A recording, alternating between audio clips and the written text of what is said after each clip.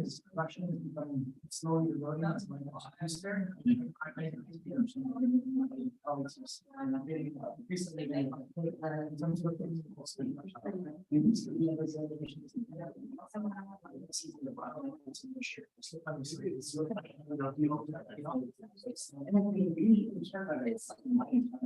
if you're not going by your reference to our charts. So every time my colleagues saw this.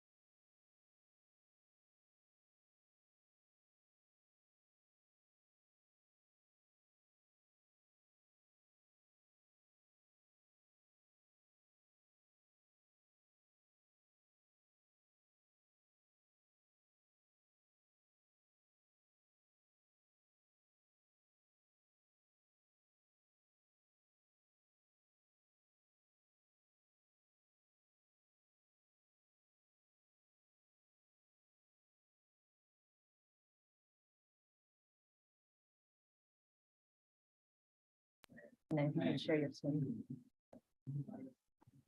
All right, thank you everyone for coming, whether you're online or here with us. So this is our weekly EETB and LEC seminar. And before I forget, I just want to remind you and I guess for people that don't know yet that we have a reception afterwards outdoors. So we hope you can all join us for conversations and drinks and snacks. All right, so today it is my pleasure to introduce Dr. Gerardo Camilo, who is a professor in the Department of Biology and also the Department of Bioinformatics and Computational Biology at St. Louis University here in St. Louis.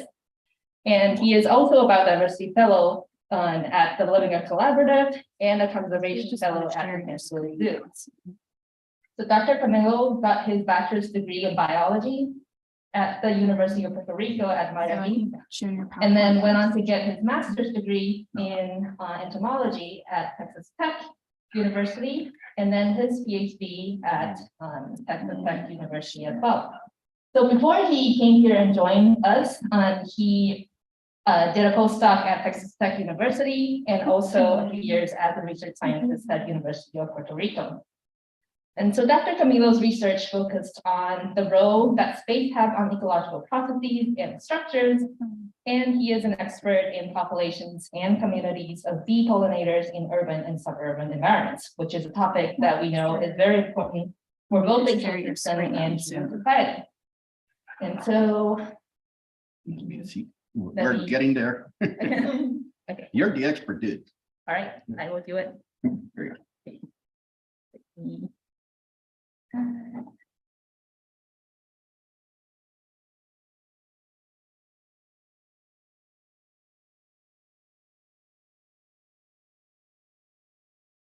I'm sure. Sorry, we have a few technical difficulties. We'll be there in a moment. Oh, it's here. All right, here. Here we go.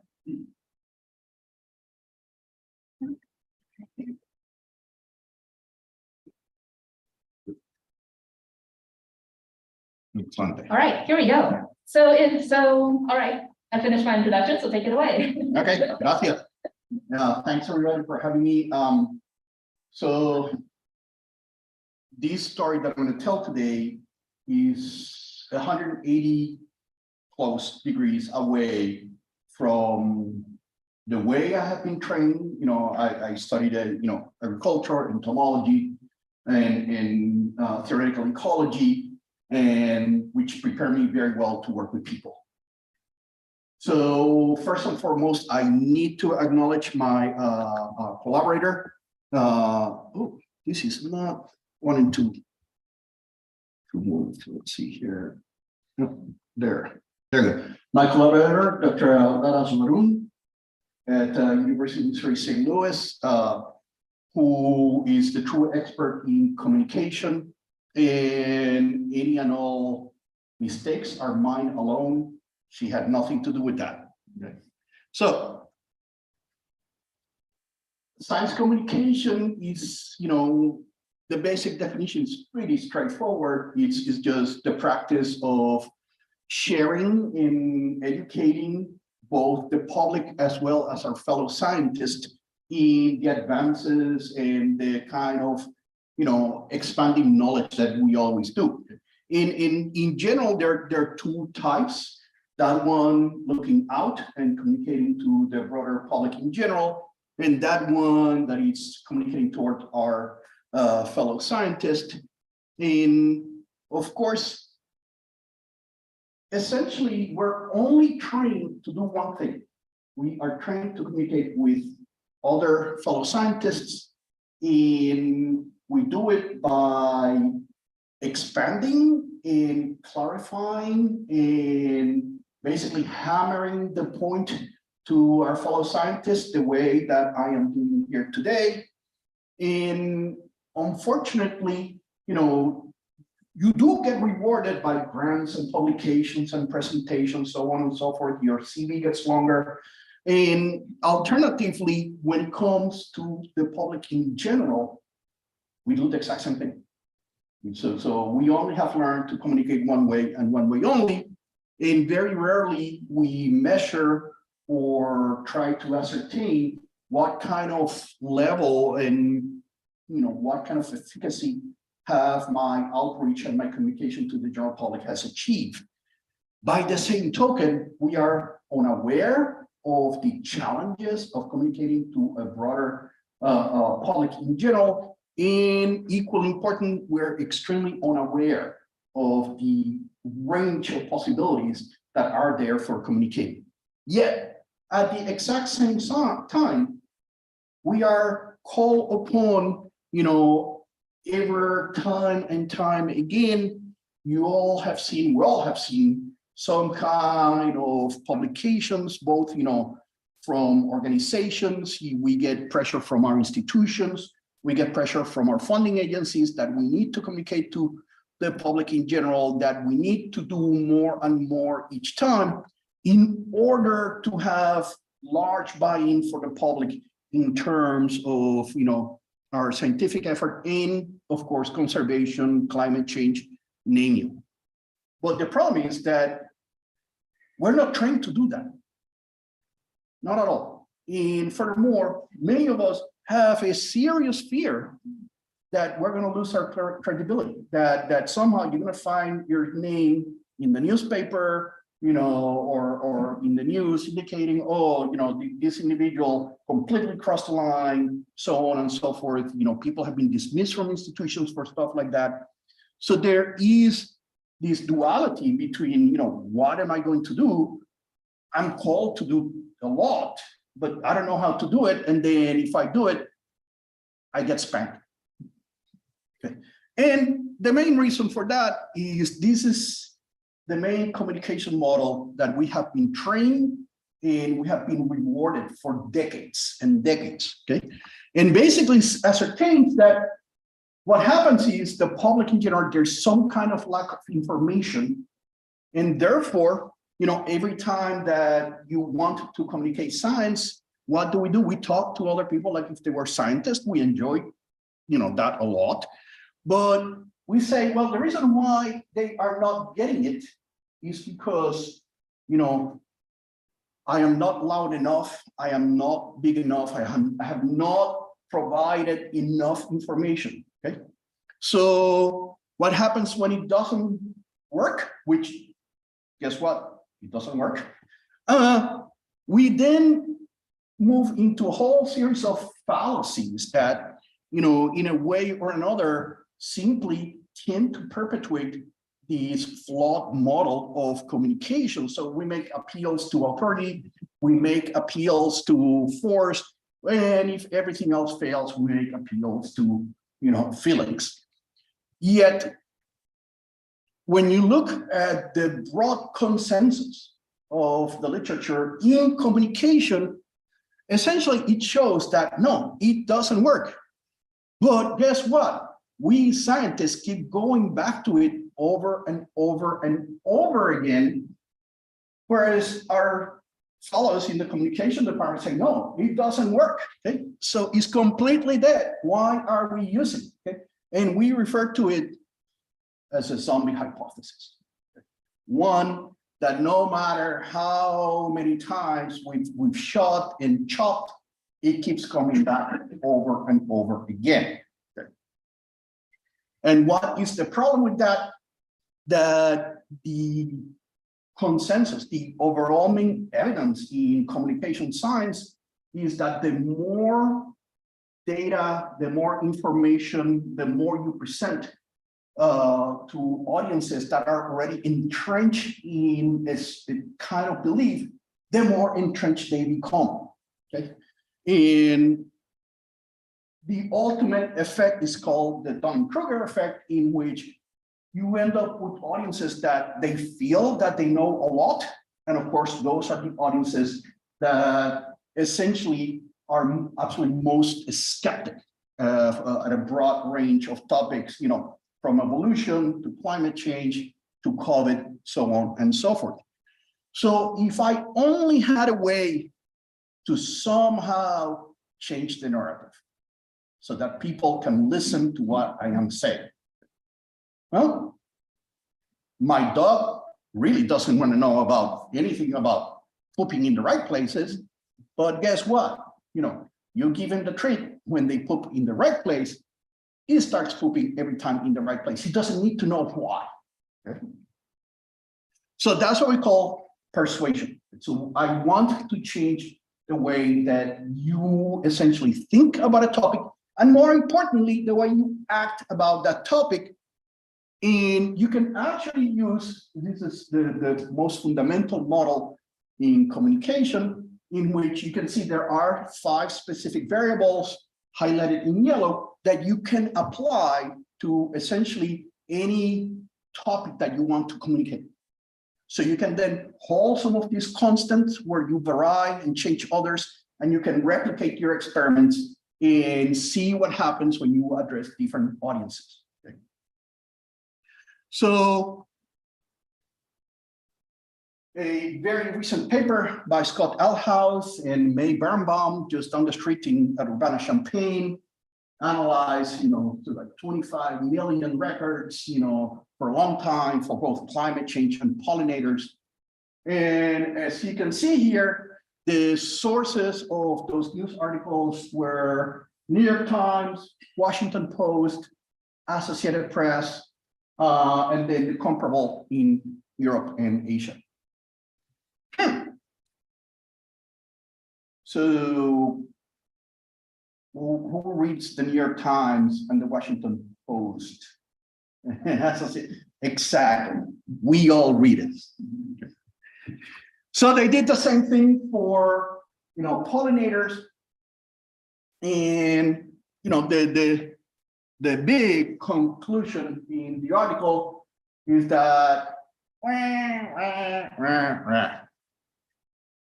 they're putting my pollinators in the back section. First, there's a lot less coverage of pollinators, and it's stuck in the back of the newspaper. And if you have ever read the New York Times, you get it. It's a big, thick newspaper. There's going to be a lot of parts. Okay, at SLU, I don't know if you guys have it here at the Student Center. They have the free read stands, and you can go and grab the New York Times every day.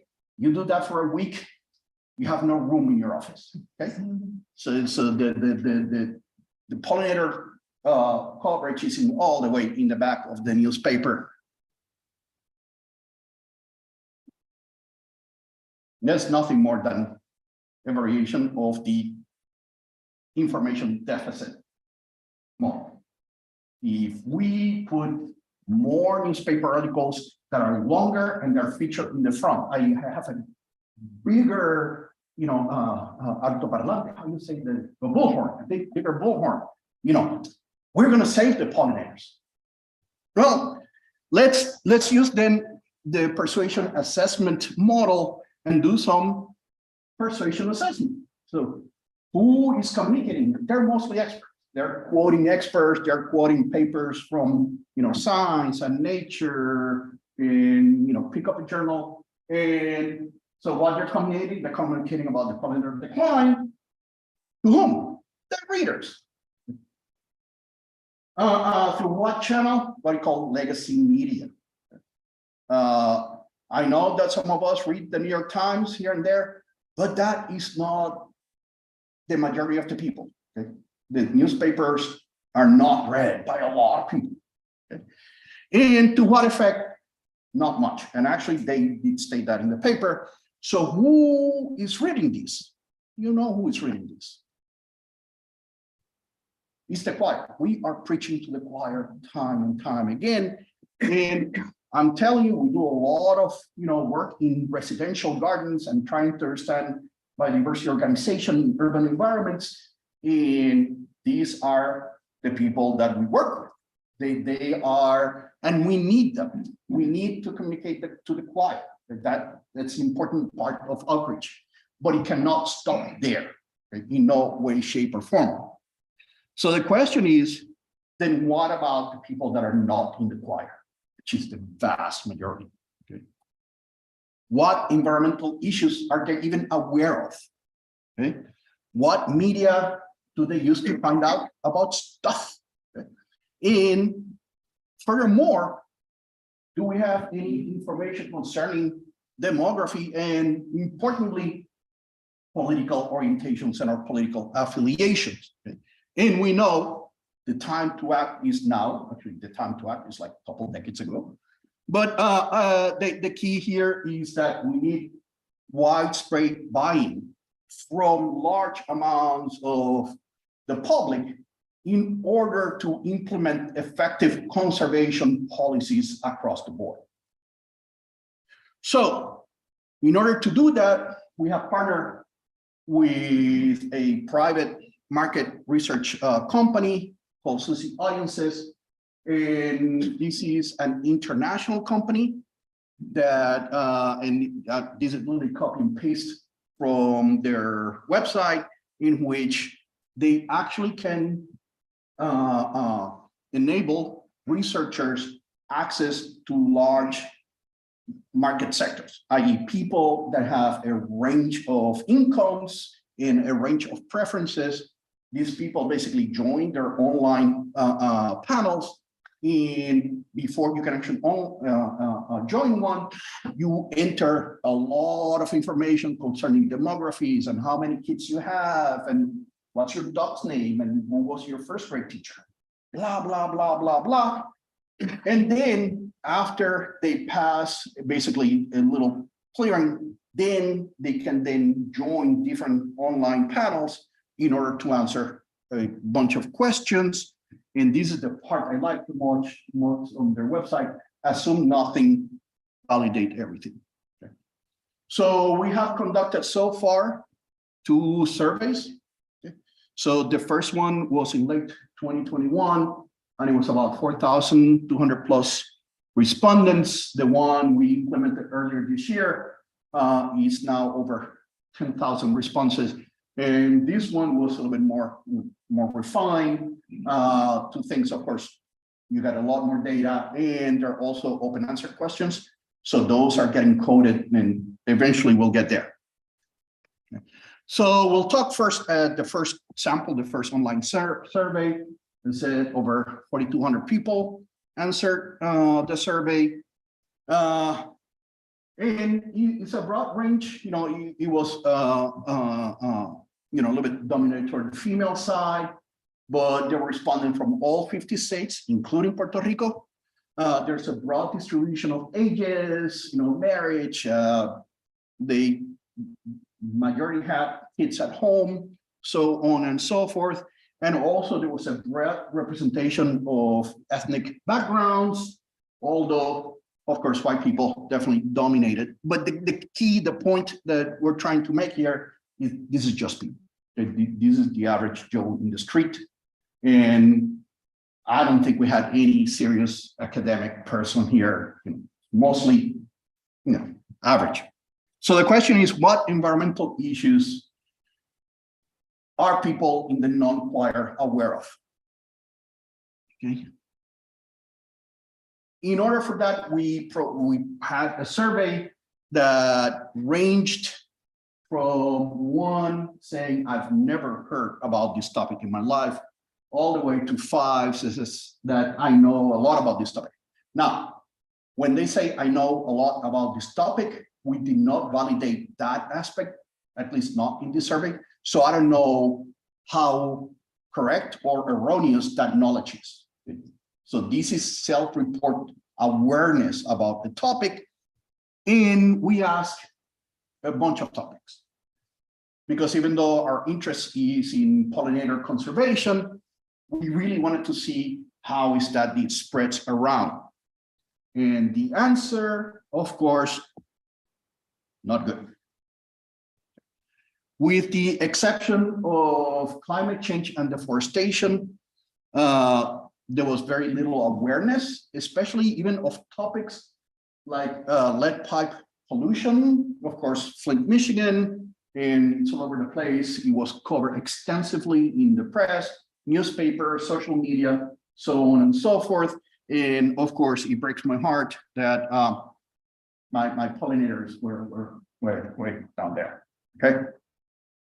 Needless to say, I have my work cut out for myself. Yeah.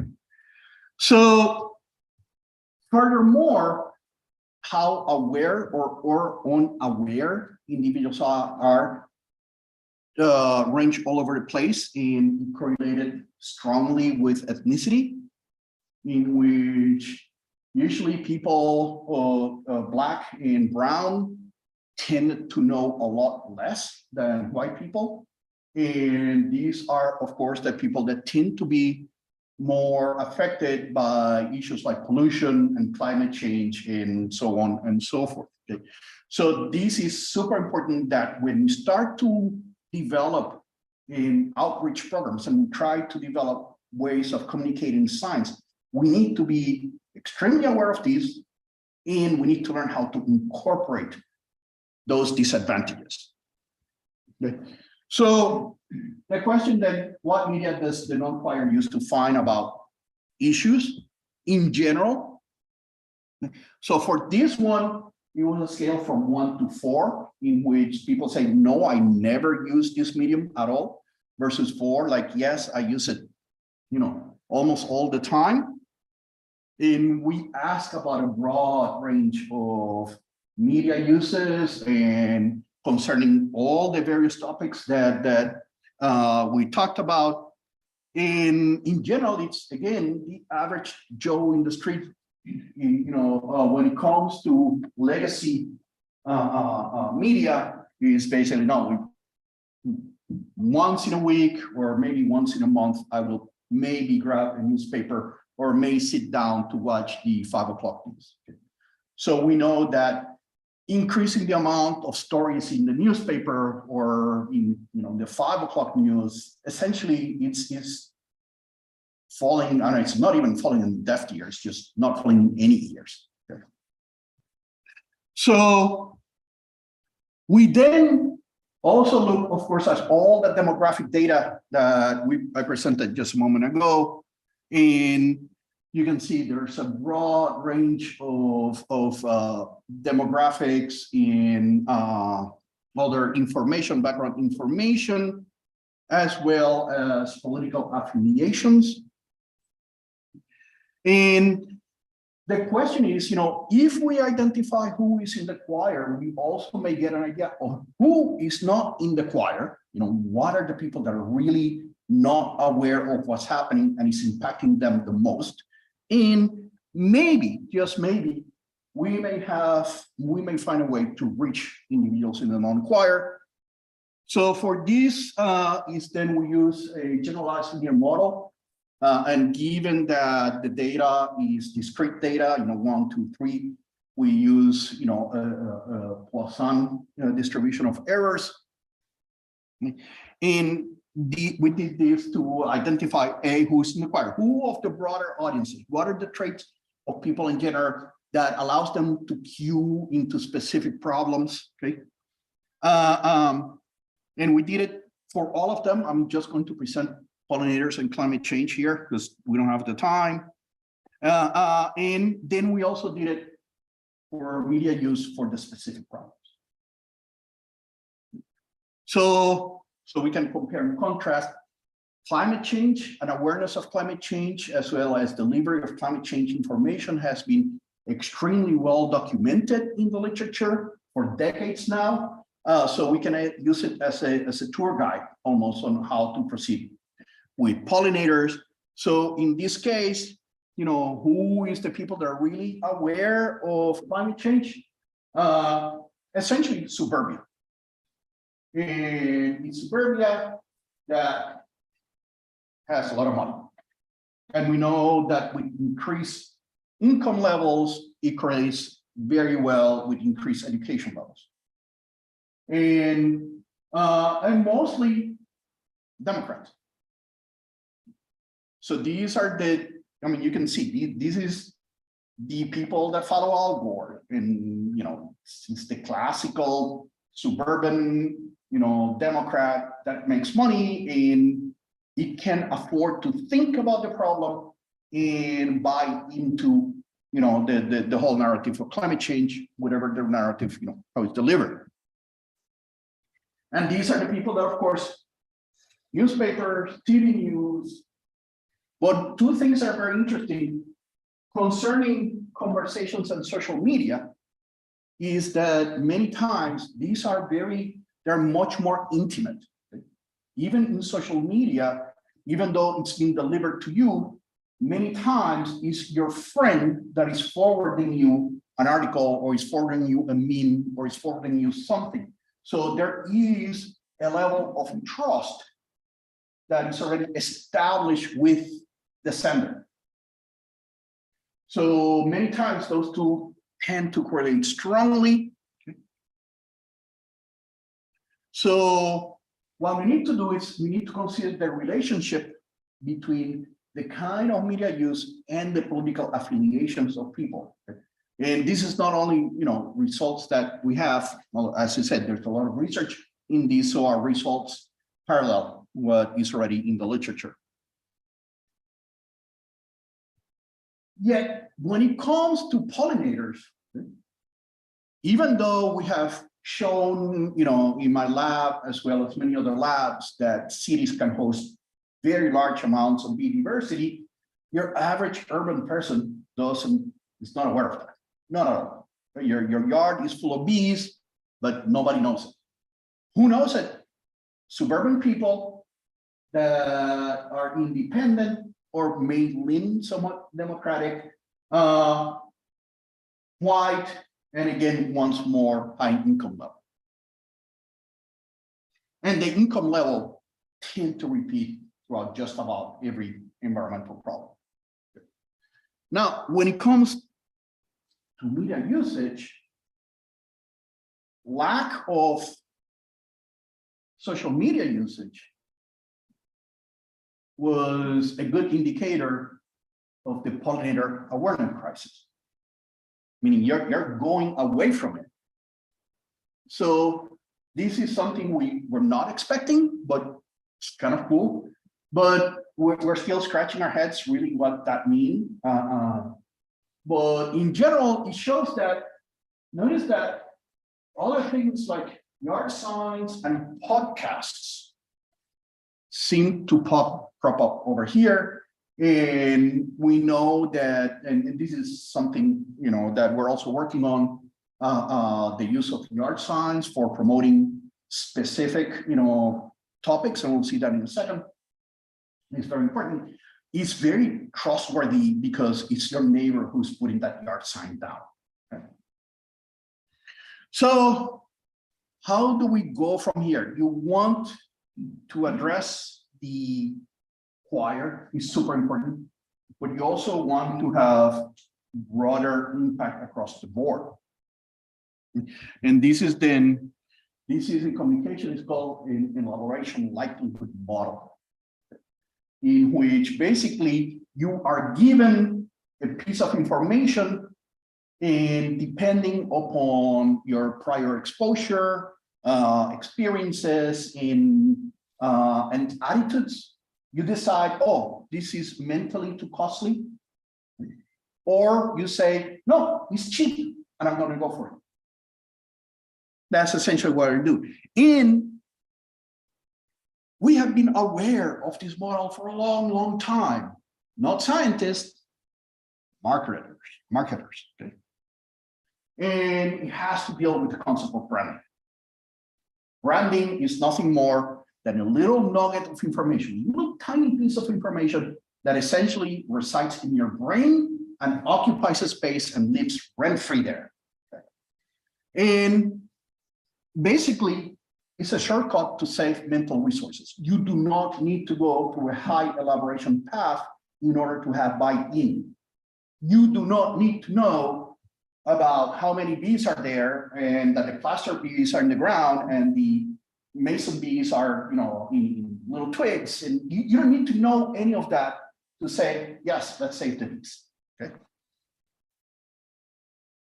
And advertising and marketing people have known this for a long, long time. Okay. In fact, the average kid, as 2 years old in the United States, can recognize, over 2/3 of all the popular brands. If you have a 2-year-old, 3-year-old, try to drive by a McDonald's, okay, without the kid throwing a fit. If you just keep driving, ignore it. It's not going to happen. Okay? And it's because these are heuristics that are cheap and easy, and want it or not, you're going to absorb it. Okay? So you can then look at the elaboration model, and basically says you either go if there is essentially, no mental effort, yeah, I may buy into it. Okay? In other cases, you may take a significant amount of time. The choir, what we have here, is basically two paths. You have a choir that has a high elaboration model. Why? Because they tend to be more educated. They have gone through these kind of exercises that we're doing here all the time, from lecture to lecture to lecture. You're taking 15, 18 credit hours. What you're doing, we are beating the deficit model into you. Your brain has been completely molded to the deficit model. Okay? So high elaboration for us is energetically cheap. For people that don't have money, that have not gone through college, and have a couple, 3 kids that you have to feed, and there are like 15 other things going around in your life, high elaboration is way too costly. So we need to go with the low elaboration model. And here are 2 examples. Okay. This is the one here from St. Louis. This is our partner on the home conservation programs, and now we're expanding to Portland and maybe hopefully to Baltimore. But their signage sucks. That's a high elaboration signage. Okay. This, oh my God, of course, let's feed the bees. Now, I don't need to know about native plants. I don't need to know about water conservation. I don't need to know jack shit about that. Okay. We're feeding the bees. That's it. Okay. And marketing people have known this for a long time. Okay. This is a conservation program run out of Baltimore and Chesapeake Bay about saving the crab cake population. You're not saving the crabs. You're not saving the crabs. You're saving the crab cakes because they're tasty. Notice you need to know squat about the ecology or why are the crabs in danger. Why are we losing? None of that. You don't need to know about water pollution. You don't need to know about any of that. You just need to have the buy-in from the people. Okay. So by the same token, you can actually have a dual process model living side by side, in which you have some kind of simple signage, and then add the QR code, add the website.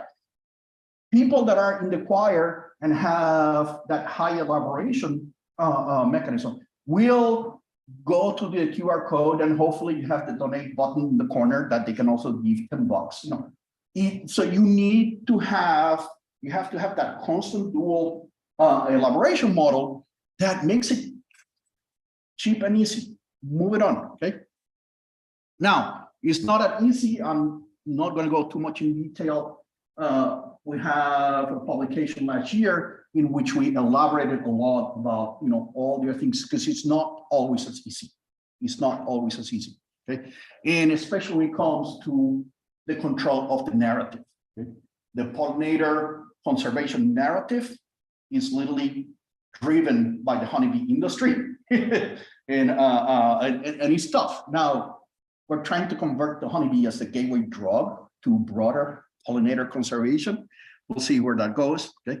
So some final thoughts is that, yes, I mean, we have, having the luxury to only talk to those with luxury, i.e. the choir, is no longer a luxury. We have to break away from talking to the choir. So one good thing, essentially we found no evidence that pollinator declines are politicized. Everybody has to eat. Okay. So hopefully that works. And finally, when specifically to the work in my lab and my collaborators is essentially, we need to have a much broader outreach to people in the city. Okay? In St. Louis is a great way to do this because we have such a massive legacy of discrimination redlining, mention it, in which if you look at the city, where is that the broad number, the greatest diversity of bees are in the north side, okay? In areas that have been abandoned and have been left behind by political, economic, and social forces.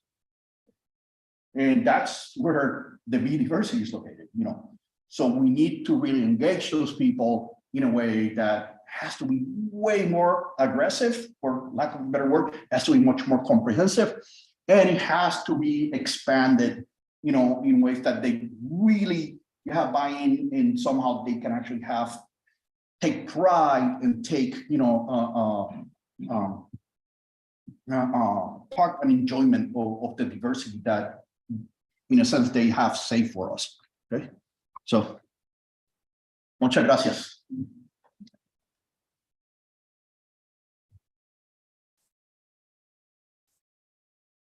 Do we stop? Do we Keep it on. keep it on? Keep it on, Okay, yeah. okay. Yeah, thank you so much for the. Oh, Okay. at least Yeah, we have any questions coming up. Thank you. This is obviously something I'm thinking about a lot too. Have you had any pushback from people saying, well, why save the bees? Like, bees are a pest species, they're gonna sting me. Yes, not a lot, but occasionally. I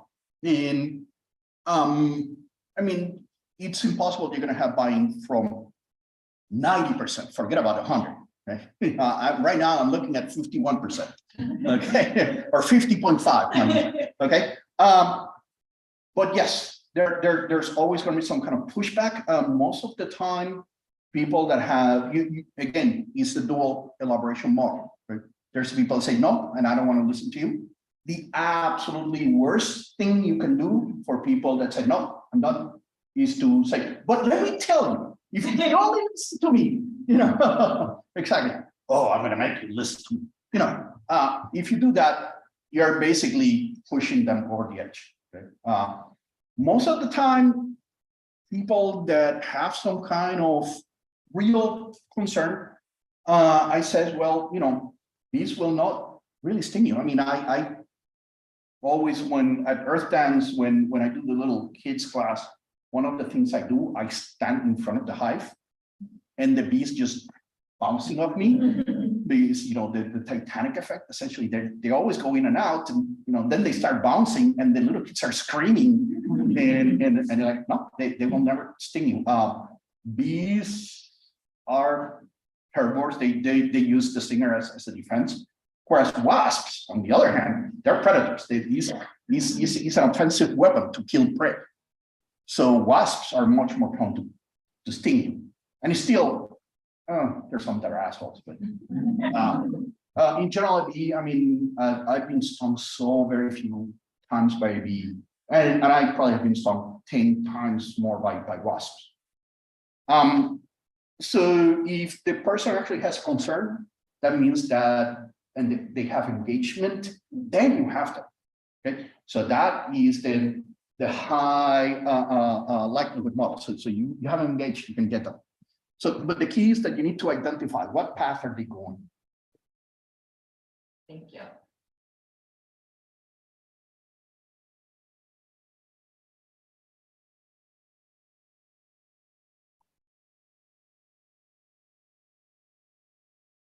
Hi, thank you for this talk. I'm doing some more of farmers and climate change, and I'm wondering if you're seeing something like a reaction to, I would think it's partisan, but a reaction to or anger towards the messaging of the choir.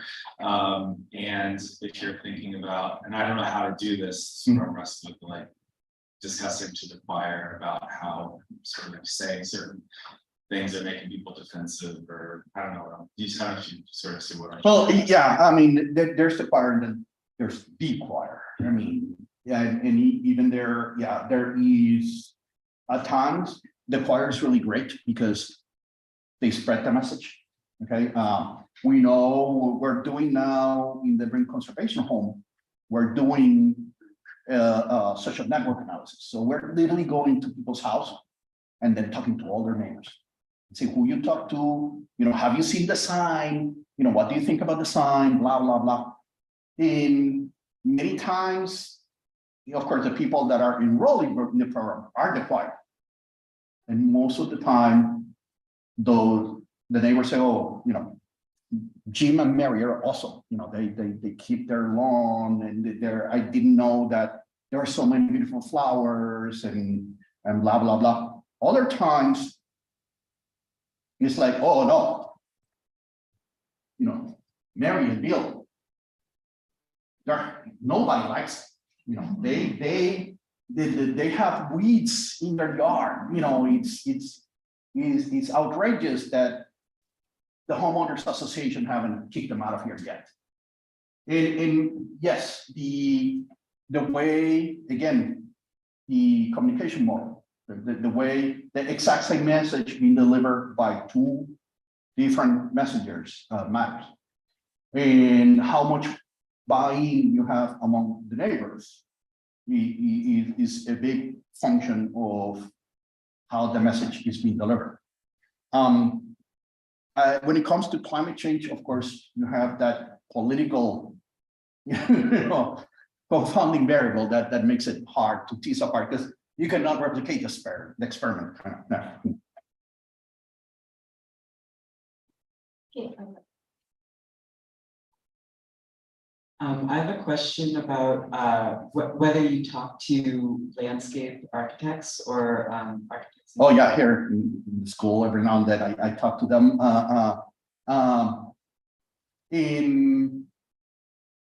There's a landscape architect firm there. It's not the show. Again, when I got to St. Louis, this place where Nixta along Tower Grove Avenue, just before you get to the garden, before you go under 44, that used to be called the McCree neighborhood. Okay? That was a Black neighborhood that was, tough, a lot of crime, but it has been completely changed, essentially gentrified.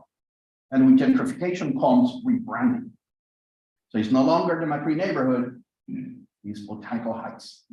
Okay. So there's a landscape architecture company there, like behind Nixta, it's like in the back there. And yes, we are collaborating on trying to do expanding pollinator habitat along Interstate 44 as a model system for, can we scale it in a way that is economical? And let them do that, because exactly, I just chase bees, man. What can I say? I have a question for that.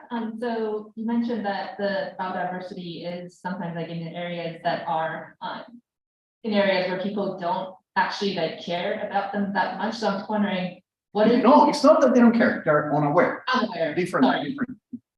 I'm just wondering, what is about diversity distribution, in different types of habitats, like in people's yard, in public gardens, or parks, or in unregulated areas, and are they different? And then how does that change your strategies in talking to people that are associated with? I'm giving that talk on Monday. So so it's an interplay between social and economic forces. Imagine you're Black, poor, uneducated, you're on the north side, you have $20 in your pocket, like a macro or something. Got $20 in my pocket. Do you, your choices are, and then imagine, you can go and buy Roundup and get rid of the weeds in the cracks in your side yard or in your, or you're going to buy food. It's the option. May not be realistic, but it's an option. Well, in this individual's mind, there's no option. Getting rid of weeds in the sidewalk, cracks. The sidewalk is a crack. We have disinvested, we have, abandoned the north side.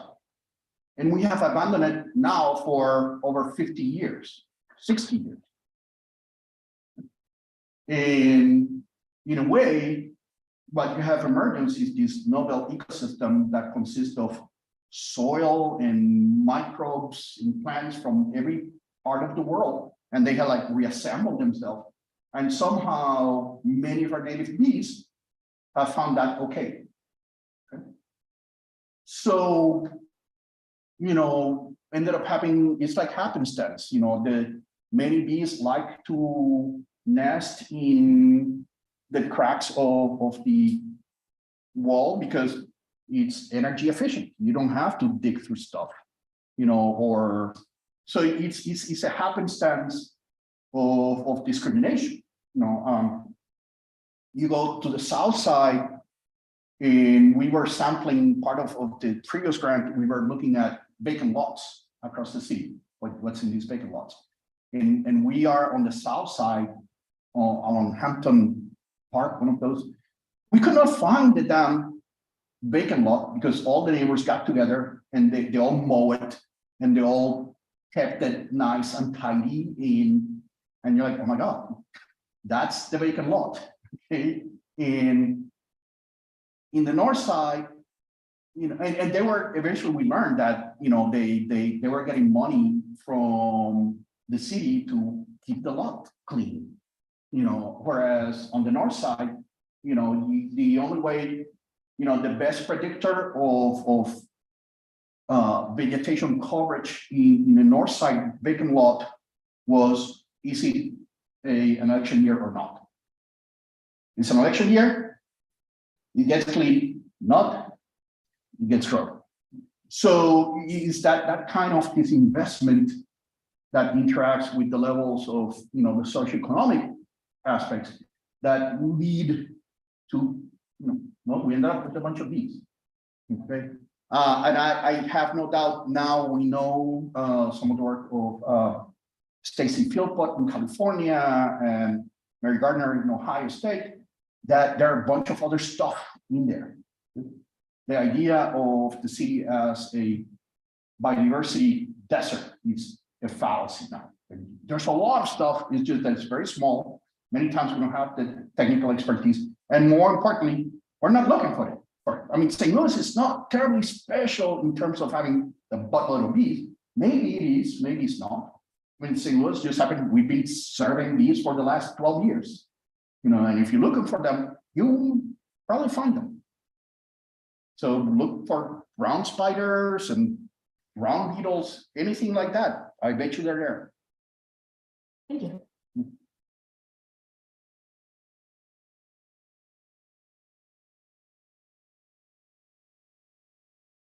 We just have a comment from YouTube about landscape architects. Laura Soren says the landscape architects may be the choir, but their clients are not.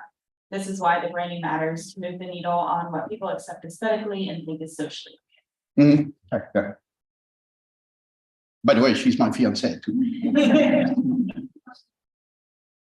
Thanks, Gerardo.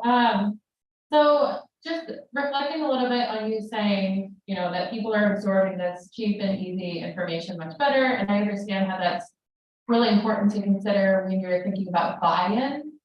But I'm wondering if you could reflect a little bit on how that could also have like adverse outcomes. So I'm thinking about like plastic pollution and how this like cheap and easy, plastic straws are the issue has now led us down this path of like, that's the big issue. The road to hell is paved with good intentions. Yeah. Amen.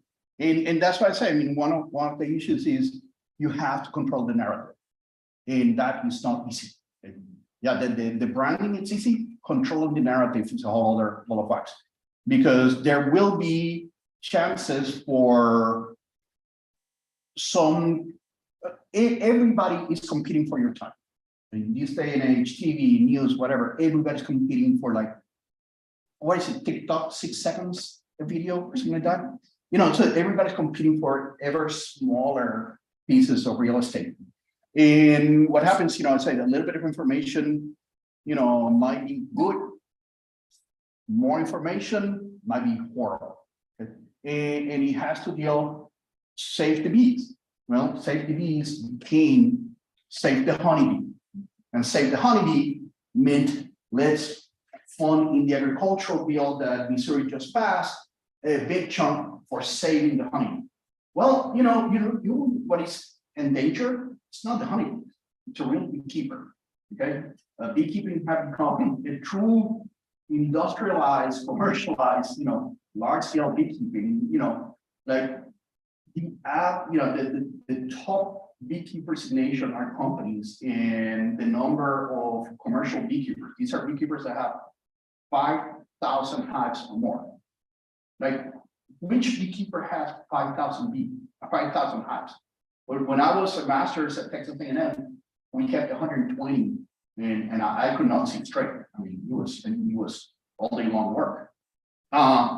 So the honeybee industry has done an excellent job in basically taking over the narrative. I don't think they have hijacked it, because there's plenty of, let's say the bees in general, but the honeybee is like, oh, here is the Cheerio honeybee, and then the honeybee is not there anymore. That's it.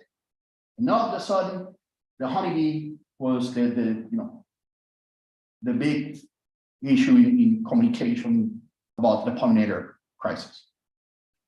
So yeah, you have to then control the narrative, and for that, I mean, you really need to expand and collaborate. You need communication people. You need access to industry. Trust me, there are lots of industry out there, though, that really want to partner and do the right thing.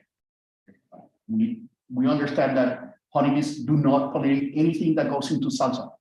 Okay, so if you want salsa, we need to save our native bees.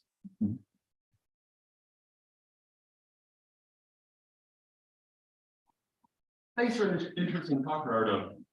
I'm curious whether your surveys not only assess the extent to which people thought they were aware of environmental problems, but the extent to which, for people reporting high awareness of environmental problems, what actions they could take to apply conservation. No, we didn't go there, because I mean, there are a lot of questions, and you get survey exhaustion. I mean, even though these people are actually like professional survey takers, there's a lot of survey exhaustion, and also, this was done in partner with this company, and they themselves had control over the final way, the final version of the survey that went out. So they changed, a few things that the way we had them in order for making it easier from their perspective. So, but I think part of the deal is that these results allow us to sharpen the next set of questions a little bit better, in decrease and just concentrate on the topics they really care about, and then maybe somehow sneak the pollinator aspect in there and see, so what do you think you could do about it? Kind of stuff. Great, thank you.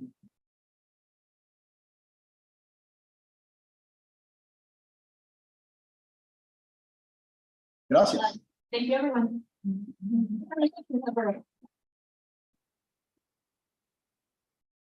So talking about branding, I still have a few